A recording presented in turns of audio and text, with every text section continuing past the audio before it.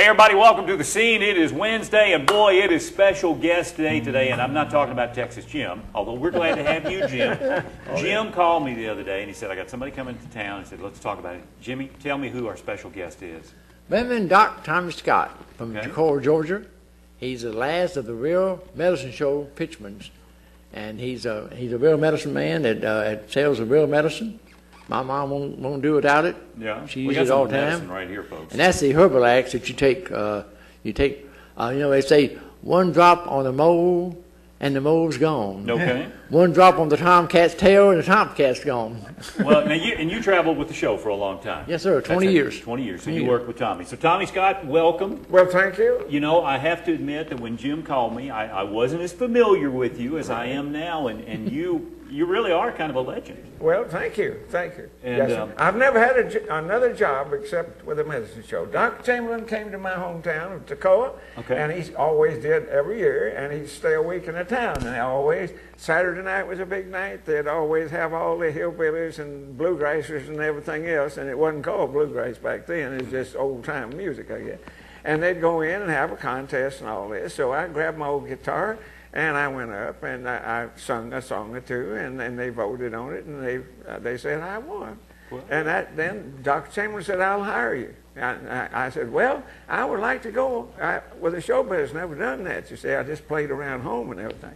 And he said, well, we're going to be down in Hartwell, Georgia, in about 3 weeks from today, and you come down there, and I'll pay you if you come down there, that'll be 3 weeks, and I'll pay you $6 a week is all I can afford to pay. And so I took my guitar down there with me, and I went up there, and he was putting something down there about the stage show, and there about 12 noon, daytime, hot as it is here in the summertime.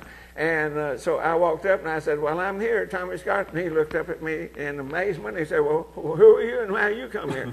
And I said, well, you hired me up in Decorah, Georgia. And he said, I hire everybody to come along and play a guitar a little bit. Oh. But he says, play a little. And I just done something like that. And then he said, okay. He said, I'll tell you what, I'll pay you, but you'll sleep in that wagon right there and do what I tell you to do.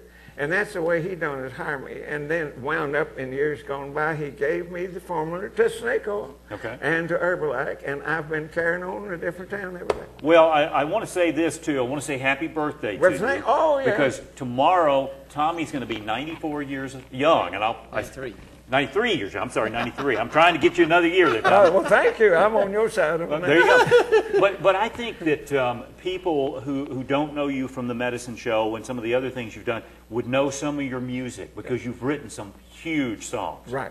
Like? Yeah. And my little theme song, well, the medicine show's back in town. Medicine show's back in town. Every girl that can wants to travel with the band. Medicine show's back in town. Yes, the medicine show's back in town. Now, how many times have you played that song? Lord, it's sort of a theme song is what it is. So a bunch. Yeah, and I usually start with just that and go into other things. And all right, but you wrote Mule Train? Yes, I wrote Mule Train. Which was a big hit for who, Jim? Gene Autry. One of his movies was called Mule Train. That was Frankie Lane? Frankie Lane. Made us superstar out of Frankie Lane. Tennessee Ford. Tennessee Ford. Yeah.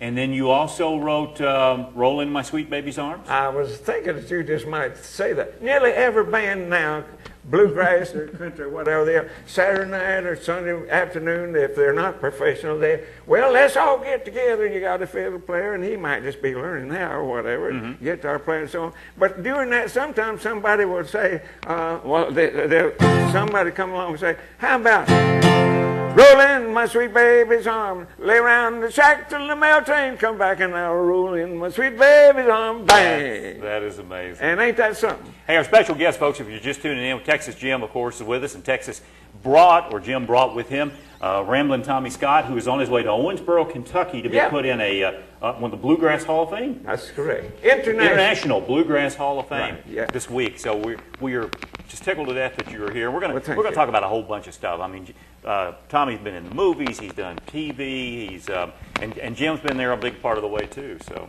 yeah, old Jim, I don't know. He come by and here's one little thing I just got to tell on you. Uh-oh. The first day of the year, every year, about 3 o'clock in the afternoon, the phone will ring, I'll answer, and he'd say, 31 years ago or 32, and this year I guess it was 35. 35 years ago at this time, on the first day of the year, you hired me. Really? And Tim McCoy was with me, and he called Tim, and Tim said, the show don't belong to me, it belongs to old Ramblin' Tommy Scott. And he said, well, I thought it was yours, but Tim was my star on there for 15 years on my show.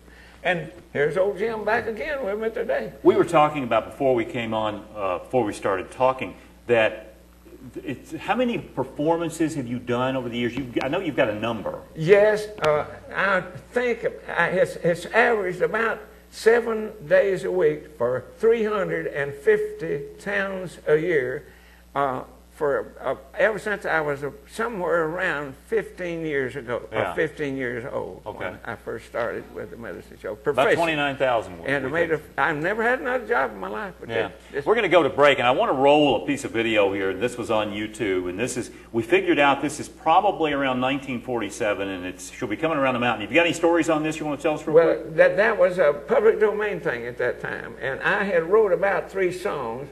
Is all I had wrote, and I just sitting around, and I started kind of fooling around with the guitar a little bit, you know. And I heard Gene Autry then made a movie out of my song on that thing, and basically it just was an accident. Everything I've done nearly is an accident. Well, let's go to break. Let's roll a few seconds of that clip, Dave, if we would, and we'll be back with Tommy Scott and Texas Jim right after this.